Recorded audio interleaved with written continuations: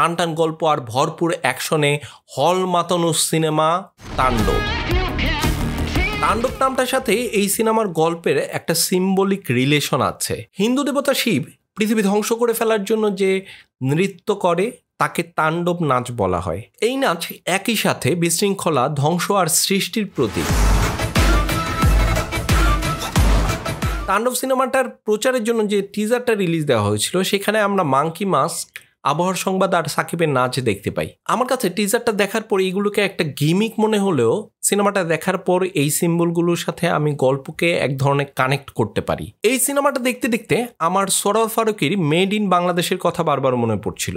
সেখানেও জাহিদ হাসান অস্ত্রের মুখে ডিসি অফিসের ভেতরে সমাজে প্রতিষ্ঠিত অনেক ব্যক্তিকে জিম্মি করে ফেলে। এই সিনেমাটা মানে তাণ্ডব সিনেমাটার হিরোর মধ্যেও আমরা একই ধরনের মোটিভেশন খুঁজে পাই। আবার সাবিলা নূরের চরিত্রটা এই সিনেমায় একটা রোমান্টিক ট্র্যাজেডির ভাইব নিয়ে আসে। সে অংশটুকু একটু ক্লিশে মনে হলেও সেটা গল্পের মধ্যে একটা আলাদা ডাইমেনশন তৈরি করে।